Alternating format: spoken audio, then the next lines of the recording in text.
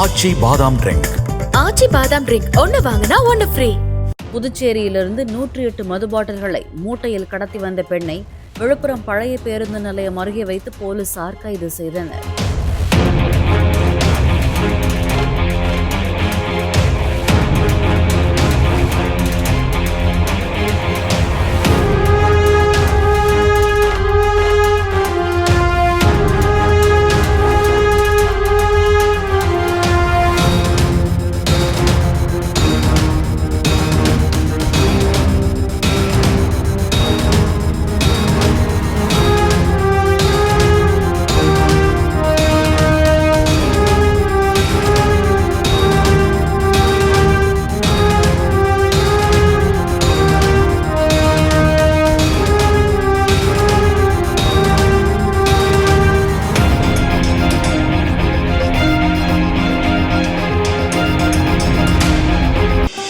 ஆச்சி பாதாம் ட்ரிங்க்.